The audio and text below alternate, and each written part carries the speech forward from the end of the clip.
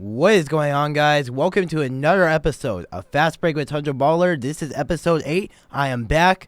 Sorry I was gone last week. There was stuff going on, and let's get to it. So today, it's going to be a little bit different. It's going to be pretty much focused on Clippers all the way.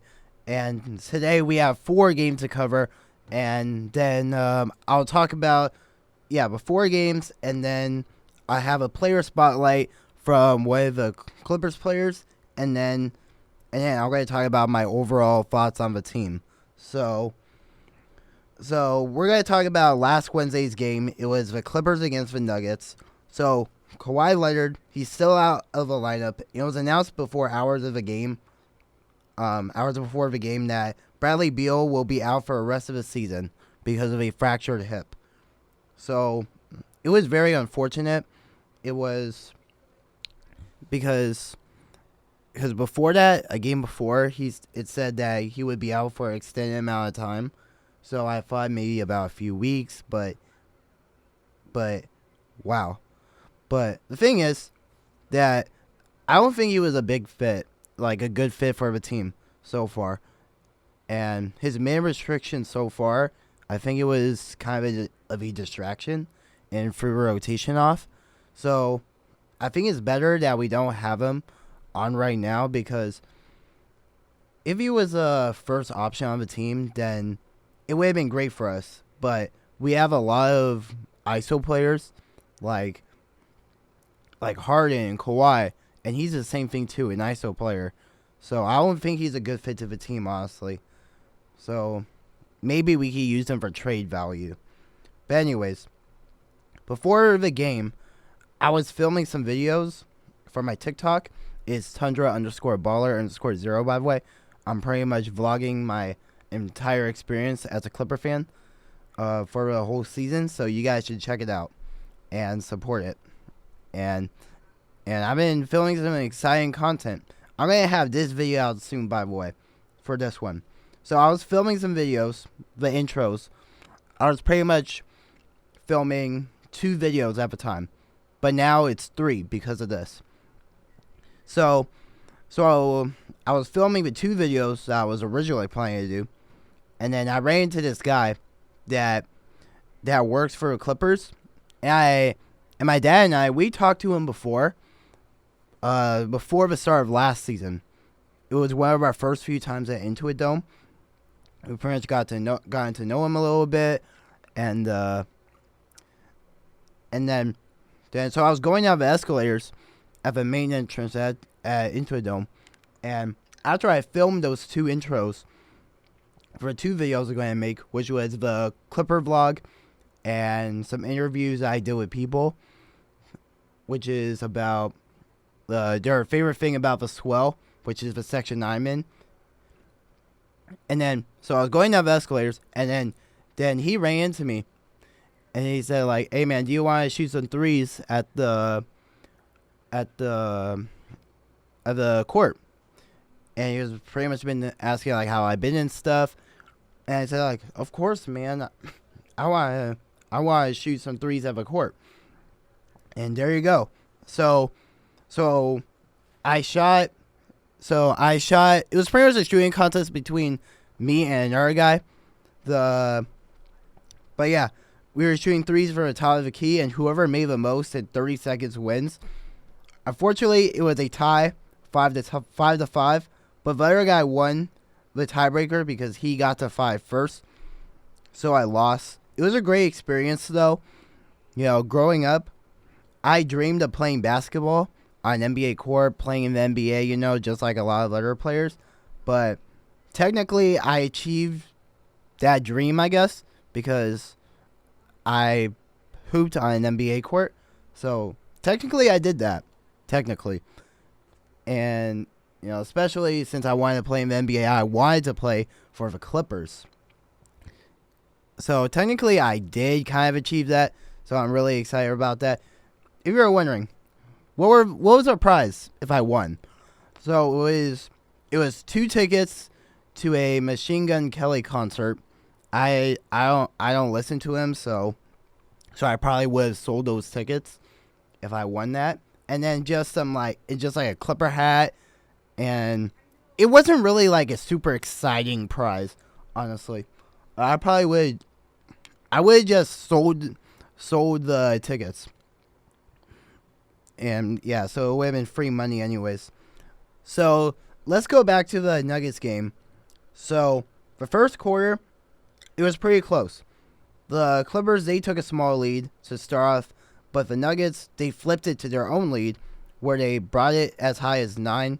Head coach Ty Lue gave the young guys a chance to go in, like Kobe Sanders and Jordan Miller. Jordan Miller threw a last-second heave from half court and made it to beat the buzzer to end the first quarter. So from way downtown to half court, bang. There we go. Jordan Miller, like, why not? So the Clippers, they were down 4 after the first quarter, 39-35. The Nuggets were led by Nikola Jokic. He scored 25 points in the first quarter alone. 25. Like, most of the quarter, I was pretty much in the back. I actually wasn't really watching it because I was in the back watching the getting ready for the shootout. So I was in the back, but it was pretty nice. There was a little TV too, so I watched a little bit. But yeah, I did the shootout after the first quarter. No, the first time out of the second quarter. That's what happened. So I didn't really see much of it. But yeah, Jokic, he went 8 for 11 from the field, 2 for 3 from 3, and 7 for 7 from the line. So he got a lot of foul calls too. So the second quarter, the Clippers started off hot. They went out on an 8-0 run from 3 with a pair of free throws from Jordan Miller and a 3 from Bogdan Bogdanovic. And Jordan Miller also made a 3. And then with a minute 31 left in the half, the Clippers were up 10, 65-55. Right after that, though, the Nuggets hit back-to-back threes from Nikola Jokic and Aaron Gordon to bring the lead down to 4. Harden hit 3 free throws from Gordon, and then Gordon hit a pair of his own free throws. The Clippers, they were up 68-63 at the half. Nikola Jokic, he ended the half with 33 points. 33. I didn't even realize he had that many points until I looked at the stats on the Halo board. I thought it was a glitch for a second. I was like, what? 33? I was like, hey, Dad, look. Jokic has 33 points. I was like, oh, my God. It was crazy. So, when you thought the Clippers had some good to go in the half, it was the complete opposite. Just like the first quarter, Jokic was going off, and he wasn't missing. The Clippers were missing shots, turning over a ball, not playing good defense, and fouled a lot. In the third quarter, they fouled him 9 times. The Clippers were outscored 43-22, so they were down 16 after being up 5 at halftime. 106-90. Jokic had 19 points in that quarter. He went 7 for 7 from the field and only missed 1 of his 5 free throws that quarter. The Nuggets shot 71% as a team in that quarter. They couldn't miss. 43 points. Couldn't miss. Fourth quarter, same thing. They brought the lead to 22 at one point.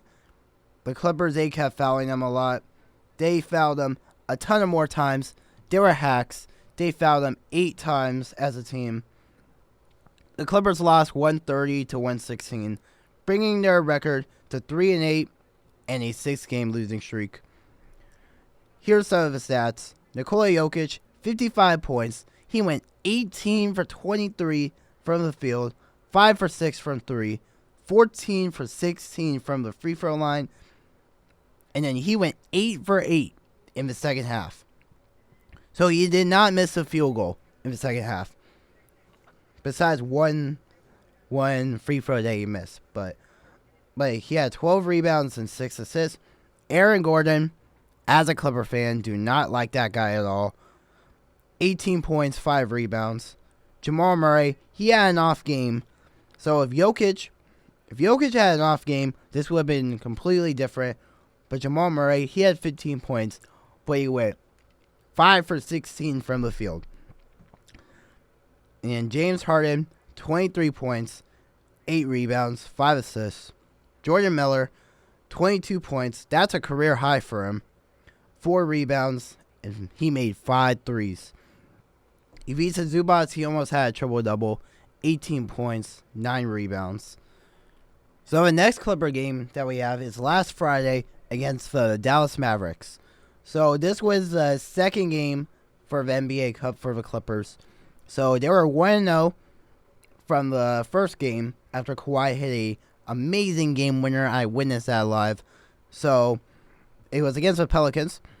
So going to this game, they are 1-0 in the NBA Cup. So will they be 2-0? Let's talk about it. So the Mavericks, they were without Anthony Davis and PJ Washington in that game, and also Kyrie Irving. So they have a lot of players out, and they have also been struggling. They only came here with 3 wins going to this game. You know, the Clippers are struggling, the Mavericks are struggling. So it was two struggling teams, you know, going at it. So let's talk about it. So the Clippers, they went off to another great start. They were up 15 early in the first quarter. But all of that went downhill when Klay Thompson entered the game. So he started the season in the starting lineup, but then he came off the bench. So the team went on a cold streak, and Klay Thompson, he decided to go off. He looked like Warriors Klay Thompson in the first half. He scored 7 points in almost 2 minutes at one point in the first quarter. The Clippers, they were only up 3 to end the quarter, 34-31. So 80% of that 15-point lead, gone. The fourth quarter, it was a lot of back and forth, but the Clippers, they were up 7 to end the half, 62-55. James Harden already had 23 points on 7 for 11 shooting and 4 for 6 from 3. On the other side, Klay Thompson had 4 threes of his own. In the third quarter, the Clippers, they were up as much as 14 3 minutes into the half. It was an even quarter at the end of 3 though, 31-31, with a Clippers 7-point lead, 93-86. Just like at halftime again, with a 7-point lead. In the fourth quarter, Bogdan Bogdanović for the Clippers, you know, he's been struggling to start the season, but he had a hot start to start the fourth when James Harden was off the floor. He scored 11 points and made 3 3-pointers. The Mavericks, they were slowly coming back when D'Angelo Russell decided to go into takeover mode. He scored 10 points in the fourth quarter, and 8 of those were in the last 3.5 minutes of regulation in the fourth quarter. So both teams, they were tied at the end of the fourth. So now it is overtime. So when the Clippers were down 1 with 30 seconds left in overtime, Harden made a huge 3-pointer to bring the lead to 2. 10 seconds later, the rookie, Cooper Flagg, made a layup to tie the game. The Clippers called timeout. For a chance to win the game, James Harden, he drove past Najee Marshall, went up for the layup, and he called goaltending on Daniel Gafford. So the officials went to a replay monitor to review the play, and it was ruled that it was a clean block. I really thought it was a goaltend at the time, but when it showed a replay with all of that technology that they have, it showed that it was a clean block. Like the ball was about to go down, but just in time, Gafford blocked it. So it was a clean block. It wasn't a goaltend. The basket didn't count. It still was a high game. There was 1 more second left on the clock though. The Mavericks, they weren't able to get a shot up and then the game went to another overtime. So we're going to double overtime. In double overtime, the Clippers found their way, though. It all started when Nico Batum got the ball off a jump ball and drove it all the way to the cup to get 2 quick points. We don't usually see Nico Batum drive and go for a layup. We usually just see him shoot 3-pointers and play defense. So after Cooper Flag got 2 points of his own, the Clippers did not look back. They went on a 8-2 run to end the game. The Clippers won 133-127 in double overtime. James Harden, he had a triple-double. 41 points, 14 rebounds, 11 assists, and 51 minutes played, which is a career high for him. Ivica Zubac also went off, 27 points, 11 rebounds. Bogdan Bogdanovic, 21 points, and he went 5 for 8 from the 3 from way downtown. I'm really happy for him. He is low-key one of my top favorite Clippers right now, and we really need him with injuries that we're dealing with right now. So on the other side for the Dallas Mavericks, Najee Marshall and D'Angelo Russell, they had 28 points each. They were the leading scorers for the Mavericks. So Najee Marshall, he had 28 points, 8 rebounds. D'Angelo Russell, 28 points, 6 rebounds, 5 assists. And Cooper Flag, the rookie, that everybody has been hyping him up, 16 points, 5 rebounds. So this was a really good game. So this was our first win in the 7-game span. It was a really big struggle, and it was a much-needed win. And the Clippers, they're up 2-0 after the second game in the NBA Cup. So after that game, the Clippers, they traveled to Boston. So the Celtics, they don't have Jason Tatum, but they have everyone else. They have Jaylen Brown and everybody else. Pretty much the same injuries for the Clippers. No Bradley Beal, no Kawhi Leonard. And so halfway through the quarter, the Clippers, they were already down 21-9. It was a slow start.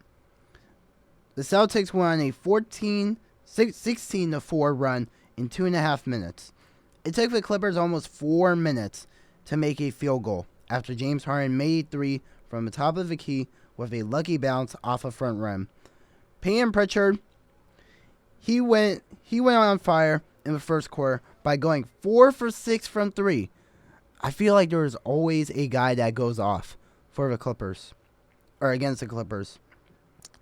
And we're going to be talking about that later on in this episode. The Celtics, they were up 17 points with less than 2 minutes left, but the Clippers, they ended the quarter strong on a 10-0 run. They were down 30-37 after a high-scoring first quarter. All of the 10 Clippers on the floor were already on the board. Payton Pritchard led the Celtics with 12 points. The second quarter, Nico Batum for the Clippers. He had 2 hustle plays to save a ball out of bounds and a huge chase down block, looking like LeBron in the 2016 finals. All of those happened within the first 5 minutes of the second quarter. After the Clippers brought the deficit down to 6, the Celtics went on a 16-7 run to bring the lead to 15. With a little less than 2 minutes ago, Jaylen Brown lost the ball. Derrick Jones Jr. got it. Brown tried to get the ball back, but his arm wrapped around Jones' right leg and hyperextended his knee. He was on the floor for a few minutes holding his knee, and when he got up, he couldn't put any pressure on that leg. And that was right before halftime. It was really hard to see, with all the injuries that we're dealing with. Bradley Beal already out for the season. Kawhi Leonard, who knows how much longer he's going to be out. But I just hope that it wasn't a season-ending injury, because Derrick Jones Jr. was just on the floor for at least 5 minutes. And just having his hands on his head, oh my God, this is painful. I just hoped he was okay. But I know Jaylen Brown, he didn't try to hurt him on purpose, but in the moment, I was just Jaylen Brown, you can't do that, man. Like, diving on his legs, like, you're going to, like, you would hurt somebody like that. But I know he didn't mean it like that, but still, like, when the Celtics come to Intuit Dome, we're going to be booing him. Just like how we always boo Aaron Gordon, Joe Ingles, because Joe Ingles hurt Kawhi a few years back. That was why Kawhi was out for a whole season in the 21-22 season. And, and how Aaron Gordon, he made that game-winning dunk. Pretty much just like of how Gen Z says it, our biggest ops. Joe Ingles, Aaron Gordon, and now Jaylen Brown. So, but Jaylen Brown, I know he didn't mean it. Like, I know he didn't mean it like that. So, anyways, the Clippers, they were down 14 at halftime, 63-49. And after all of that, Derrick Jones, he didn't return to the game. He was seen later on in the fourth quarter with crutches, and he did not return to the game. So, the Clippers, they were down 14, 63-49. So, in the second half, it was in the Celtics' favor. They started when Pritchard made 2 threes in a row, and then Jordan Walsh put a putback to score 8 unanswered points to start off the quarter. After being down by 24 points, the Clippers went on a 15-2 run to bring the lead down to 11. They kept that momentum going, and they were down by 5 to end the quarter, 90-85. Pritchard doubled the amount of threes he made in the first half from 4 to 8. So he made 4 threes in the third quarter alone. Both Harden and Pritchard scored 14 apiece that quarter. The Clippers, they were led up by going down as much as 11 points after bringing the lead down to 3 at one point. After the Clippers were down by 10, 115-105 after a Derek White three-pointer with a minute 29 left, when everybody thought that was the dagger, James Harden had something else in mind. And here we go. He made a quick layup 12 seconds later to bring the lead down to 8. Then the Clippers got a stop and got a quick dunk from John Collins. Now they're down 6. Then the Clippers got a stop again, and Harden got fouled on 3 by Jordan Walsh. He made all 3 free throws. Now they are down 3 with 21.8 seconds remaining. Then, in a much-needed stop, the Clippers could have fouled anyone and gave up a dunk by Jaylen Brown. Now they're down 5. Then James Harden hit a quick 3. Now they're down 2. Then the Clippers fouled this time. They fouled Derek White. He made both free throws, and they were down 4 with 7.8 seconds left. Again, James Harden made another quick 3. He is just going off. Then the Clippers fouled Pritchard, and he made both shots with 1.6 seconds left. In a last-second attempt, Chris Dunn threw a long pass to Ivica Zubac to quickly pass to Harden for a 3. It was a very good look, but unfortunately, the shot was off. It was off the front rim. The Celtics won 121-118. Jaylen Brown had 33 points and 13 rebounds. Payton Pritchard had 30 points with he went 8 for 13 from 3. He made 8 threes. Even if we just shaved off some of that, it would have been a lot different. James Harden, he had all-around numbers once again. 37 points, 7 rebounds, 8 assists. John Collins had 17 points, and Ivica Zubac added 16 points and 12 rebounds. So for the final recap that we're going to talk about today is the Clippers against the Philadelphia 76ers. So after the Celtics game, they went to Philadelphia to play the next day, which was last Monday. So Paul George, he was ready to make his season debut after being out with a knee injury, and coincidentally, it was against the Clippers. Joel Embiid, he's still out with his knee injury, and Derrick Jones, he was diagnosed with a sprained MCL. He will be out for at least 6 weeks. And then to replace him, Kobe Sanders, a rookie who is on a 2-way contract. He is making his first ever NBA start. So let's talk about it. The Clippers, they started off very hot to start off the game. After Paul George gave the Sixers an early 5-0 lead, the Clippers responded by scoring 14 straight points. With Harden's first basket of the game, he became the 11th player in NBA history to reach 28 points. He is a little more than 200 points away now from passing Carmelo Anthony in the all-time scoring list to be in the top 10. So Harden right now, he's 11th in the all-time scoring list. So expect Harden probably in a week or two to pass Carmelo Anthony. After the first quarter, the Clippers were up by 8, 33-25. They brought that momentum. And James Harden, he scored more than half of the first quarter points for the Clippers with 17. To start off the second quarter, Chris Paul entered the game for the first time after not playing for 4 straight games. He was not out with an injury. He was just not playing because he just didn't enter the game the last 4 games.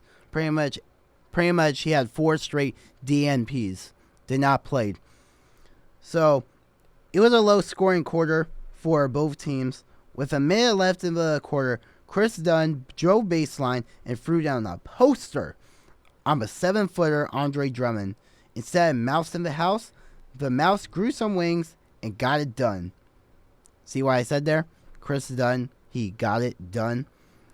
The Clippers hit 2 straight threes from Nico Batum and Brook Lopez to end the half as the Clippers were up by 10, 56-46.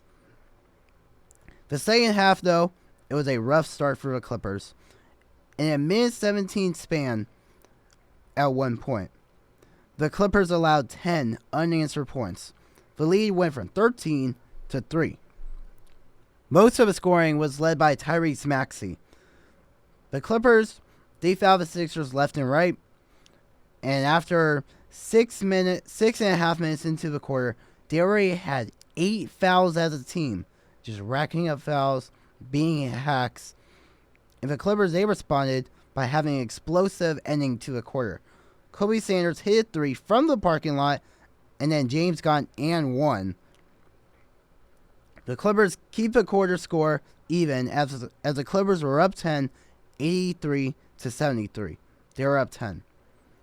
In the fourth quarter, the Sixers, they were making shots left and right, especially Tyrese Maxey. With 5 minutes left, they took the lead for the first time since the beginning of the game when they were up 5-0 by those 5 points from Paul George. Then with 4 minutes, or when the Clippers were down with 2 minutes left, Kobe Sanders cuts the lead down in half with 2 made free throws. Then Andre Drummond hit 2 free throws of his own to bring the lead back to 4 with a minute left. Sanders got fouled again to bring the lead to 2 with 13 seconds left. And then on the inbound, Dunn and Batum trapped Maxey and hit the ball out. But they called a foul on Dunn. And both guys, Batum and Dunn, they didn't like it. So they wanted Coach Tyronn Lue to challenge the call. So they did. And after further review, there was no illegal contact and the challenge was successful. The call was overturned and it is Clippers ball with 11 seconds left. So they had a chance to win it. James Harden hit 2 threes to try to win it, but they went off. The Clippers won 110-108, and the Clippers fall to 4-10. But here's the thing, though, guys.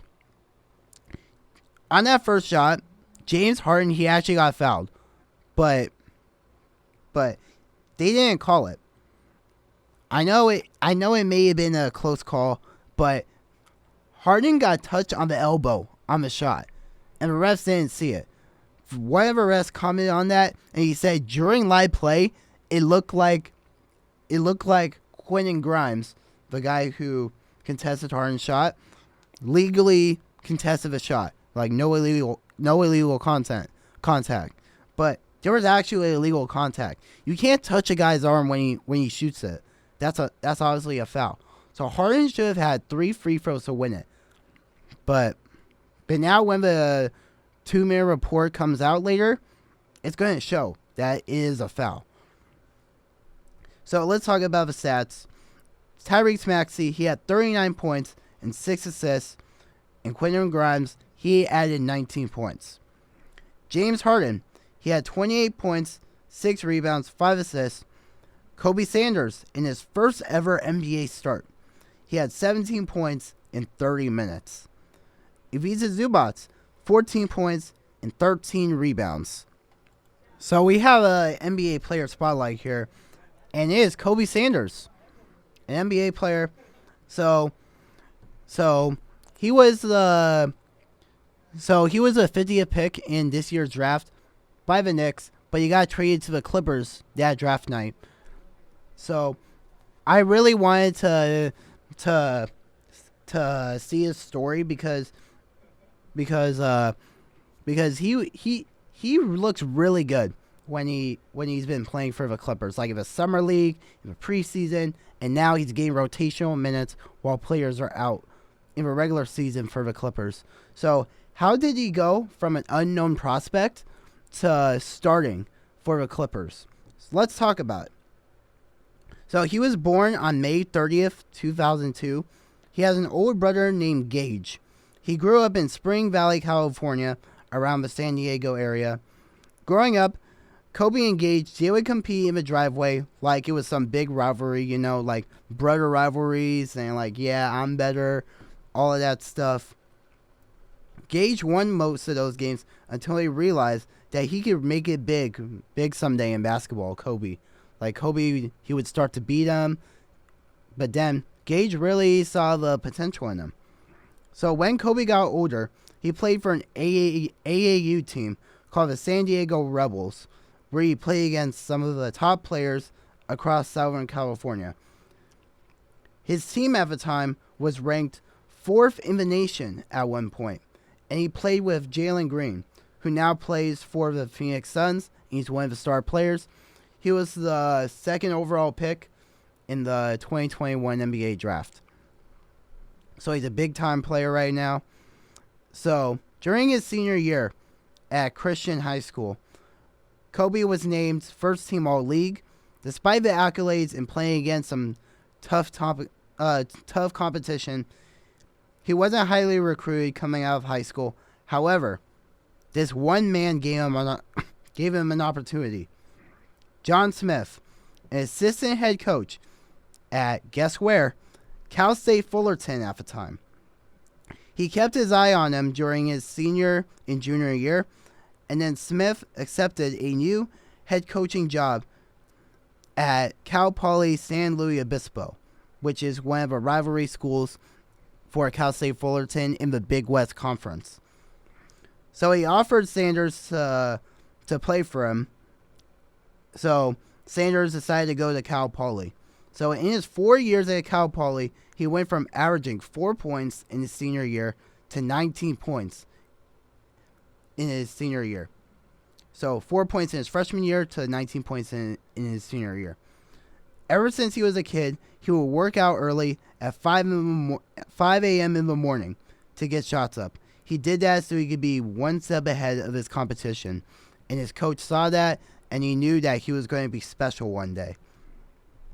So after 4 years, he entered the transfer portal for his 5th year, where he received 18 offers from different colleges to play. And some of those offers, to name a few, was UCLA, USC, and Arizona State. But after all of those 18 offers, he chose to attend Nevada for his final year. Now he was able to take his talents to play against much higher competition because Cal Poly, the Big West Division, is pretty much a low major Division I schools and division. So pretty much in the Big West, it's like Cal State Fullerton, Cal State Long Beach, UC Irvine, UC Santa Barbara. Pretty much Hawaii, a lot of UCs and Cal States, pretty much low major Division I schools. Not a lot of NBA talent is up there, or a lot of like NBA scouts look at that talent. So he felt that in Nevada, he was a good fit for his play style and skill set, where the Mountain West Conference was one of the top conferences in the country at the time. So during his one season at Nevada, he led the team in scoring with 15.8 points per game and was named to All Mountain West third team. At first, he wasn't even invited to the NBA Draft Combine, despite the accolades and averaging 15.8 points per game. But he was invited to participate in the Portsmouth Invitational Tournament. This is where 64 college seniors showed their talents in front of professional scouts. He stood out compared to everyone else, and he got that invite to the NBA Draft Combine. During the pre-draft process, he had a workout schedule with at least 12 NBA teams, one of them being the Golden State Warriors. In mock drafts by ESPN and The Athletic, Sanders was projected to be around the 50-something pick range for the 2025 NBA Draft. They were right. He was picked by the New York Knicks with a 50th pick in this year's draft. But he got traded his rights to the Clippers for the 51st pick, Mohamed Diawara. Sanders signed a two-way deal with the Clippers, which pretty much means that he pretty much bounces from the Los Angeles Clippers, the main team, to the San Diego Clippers, their G League affiliate. So when he plays for the LA Clippers, he's only able to play up to 50 games, and he can't play in the playoffs. So pretty much, he bounces from the regular Clippers to the G League affiliate, the San Diego Clippers. But in the Summer League, he averaged 6 points, 2 assists, and 1 rebound in 5 games played. I really liked how he played in the Summer League. You know, I was rooting for him. You know, with him, Yannick Niederhauser, and the other young guys too that were playing, like Kobe Brown, Cam Christie, and Jordan Miller. In the preseason finale against the Warriors, he started that game, and he was able to really show his talents, and he went off for 25 points with 4 threes against the Golden State Warriors. So far during the regular season, he made 5 appearances. He made his debut during garbage time against the Phoenix Suns in the Clippers' second game in their home opener in a blowout win, where he scored his first 2 points. His other 4 appearances were the last 4 games, where he had a spot in the rotation due to injuries, with Kawhi Leonard, Derrick Jones Jr. being out, and now Bradley Beal being out for the whole season, and Jordan Miller being out too with a hamstring injury. So he had a spot in the rotation. He scored 9 points against the Nuggets, 3 points against the Mavericks, and 11 against the Celtics. And then finally, when Derrick Jones Jr. going to be sidelined for 6 weeks, he made his first start in the previous game against the 76ers, where he played 30 minutes. He scored 17 points and hit 4 crucial free throws at the end of the game, despite the Clippers' loss. So it was when I pretty much looked up information to talk about his story. It was pretty inspiring, and it was a coincidence too that the coach that recruited him to play at Cal Poly, he was a coach at Cal State Fullerton at the time, and honestly, you know, I'm a student right now at Cal State Fullerton. So he was the associate head coach under the current men's basketball coach right now, Dedrick Taylor. So that was a huge coincidence, guys. So I'm going to be rooting for him for the entire time. And who knows? Maybe he could go off one day for the Clippers. Who knows? So the last thing that I'm going to talk about before we end this episode off is my overall thoughts about the Clippers right now. So the Clippers, they're 4-10, and I'm going to talk about the 4 games I was supposed to talk about last week, but unfortunately I wasn't able to record last week. So the Clippers, they play against the Heat, the Thunder, and the Suns twice. So the 2 Suns games, they're pretty much really bad. We got blown out in those games. The OKC game, we competed, but we let up in the second half. It was terrible. We allowed Shea to be Shea. And then the Heat game, it was an exciting game because Norman Powell came back to Intuit Dome for the first time after being traded. But he decided to go off, and it was really upsetting. And also the Hawks too. The Hawks game that I was supposed to talk about last week. It was against the Hawks, and there was this guy, Vit Krejci. I never knew who this guy was before the game, but I found out who he was after he scored 8 threes on the Clippers. There was no Trae Young. It just feels like the Clippers, most of the time, it would be the guy that you least expect to go off. We allow a ton of 3-pointers.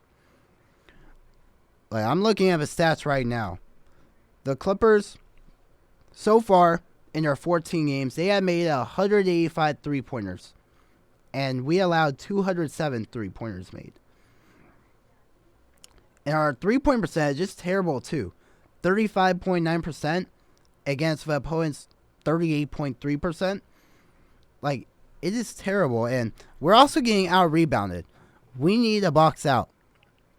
This is like the coach's worst nightmare to allow offensive rebounds and just getting a lot of second chance buckets every time.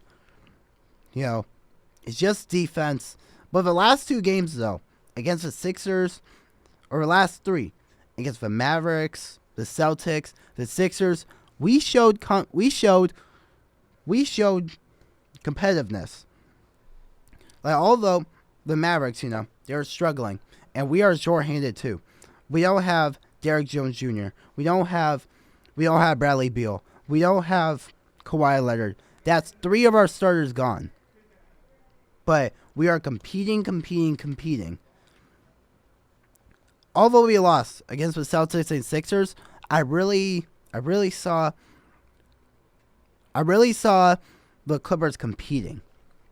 Like, that's just what I want to see from the Clippers at this point. I want to win games too. I want to get above 500 now. We are 4-10. We play against the Magic tomorrow. And I have a good feeling. We're gonna have 2 days rest tomorrow. James Harden, he's been going off. He's been averaging over 30 points in the last few games. But he really needs help. But now he is getting help now. Let's hope Bogdan Bogdanović, he keeps doing his thing and shooting the ball, letting it fly. And then, Chris Dunn, just gotta keep being a defensive menace. And Nico Batum knocking out those shots. John Collins, attacking the paint, being a bully. Same thing for Zoo, getting those rebounds, blocking shots. And Kobe Sanders too. I really like him.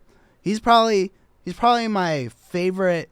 He's probably my favorite young guy on the team right now. The Clippers, they're calling everybody old on the Clippers, but our young guys like Jordan Miller, Cam Christie, Kobe Brown, Kobe Sanders, Yannick Cohen-Niederhauser, they got a lot of potential. Like, I'm not just saying that because I'm a Clipper fan, but I feel like Kobe Sanders, he should be on a regular contract right now. We can really use him when it comes down to the playoffs and to the last stretch of a regular season, because it's going to be tough this year. The Western Conference is just really, really tough. Like if we were in the Eastern Conference, we would just blow by everybody. But the Western Conference, it is so tough. We have OKC to deal with, the Rockets, the Spurs, the Timberwolves, the Lakers, the Warriors, Suns. It is really, really tough in the Western Conference. And the East, like with all the injuries that the East is dealing with right now, like with Tyrese Halliburton and Jason Tatum, like pretty much like the biggest teams to worry about, in my opinion, for the East, like the biggest teams to worry about is just like the Sixers, the Knicks, the Pistons, the Cavs, and maybe even the Bulls, and the Heat too, because Norman Powell, he's going off. But yeah, guys, if you guys have any opinions, let me know. You can just hit me up on my Instagram or TikTok. Both of those handles are Tundra_baller_0. And yeah. And if you guys have any thoughts, I would love to talk about it with you. And I'll see you guys in the next episode. And thank you guys for watching.